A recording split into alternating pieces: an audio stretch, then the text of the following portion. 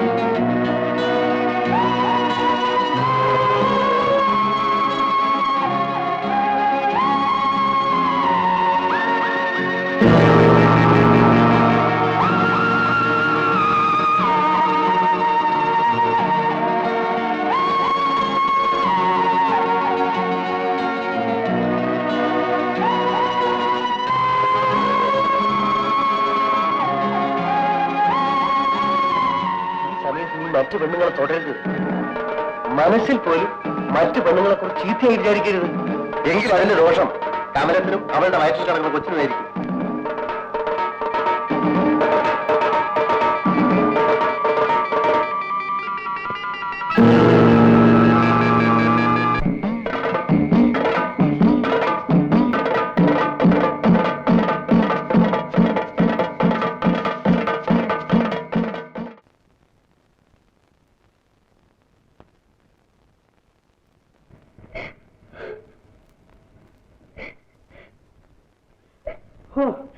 എന്നാലും അവൻ സാഹിബിന്റെ ബെഡ്റൂമിൽ കയറി ചെന്ന് മദാമെ പിടിച്ചല്ലോ. ഭയങ്കര ധൈര്യം തന്നെ. ഞാൻ ഇനി എങ്ങനെ ആളുകളുടെ മുഖത്ത് നോക്കും? നീ കഴിയാവേ സാഹിബേ, മുത്തിന് വെറുതെ വിടരുത്. ഞാൻ ഇപ്പൊ തന്നെ പോലീസിനെ കാണാം. എന്നിട്ട് എന്നെ കൂടെ കോടതി കയറ്റാനോ?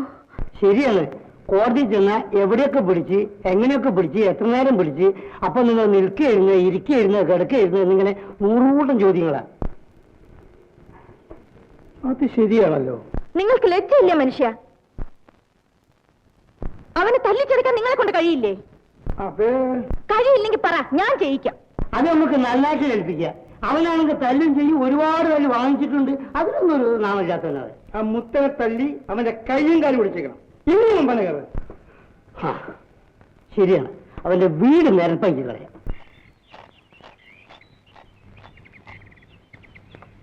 എന്റെ കൈ കൊണ്ട് അവനെ കൊല്ലണ്ടല്ലോ എന്ന് കരുതിയാണ് ഞാൻ നിങ്ങളൊക്കെ വിളിച്ചുകൊണ്ടുവന്നത് കേട്ടോ. ധൈര്യമായിട്ടൊന്നല്ല, ഇവൻ പുല്ലാണ്.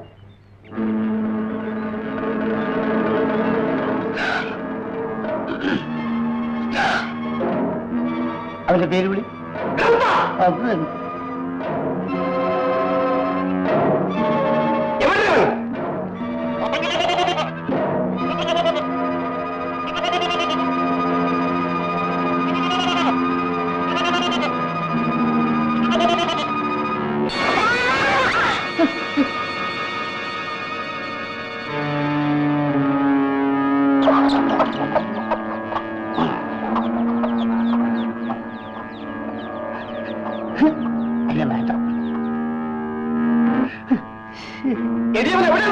അത് തന്നെ ഞാൻ ചോദിക്കുന്നത്.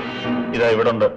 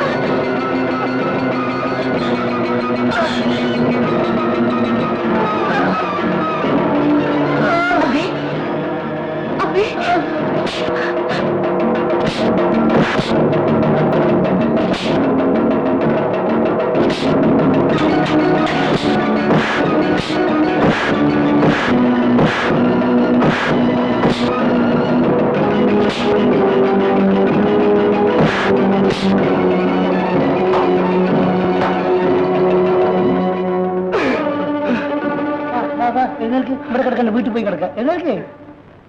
അയ്യോ എന്ത് പറ്റി? അമ്മേ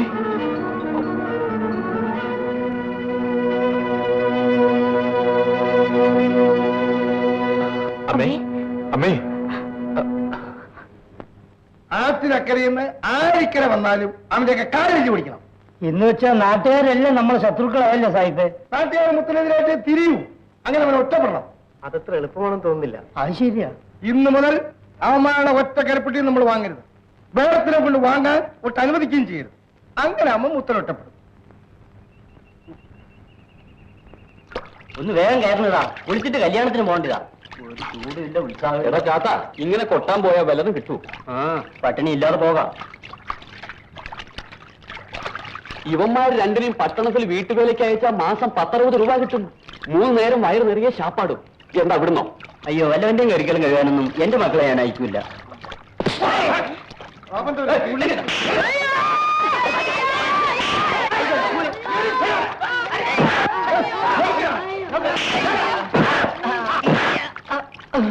എന്തിനാണ് തല്ലിയിട്ടെന്നറിയാമോ? അറിയില്ല.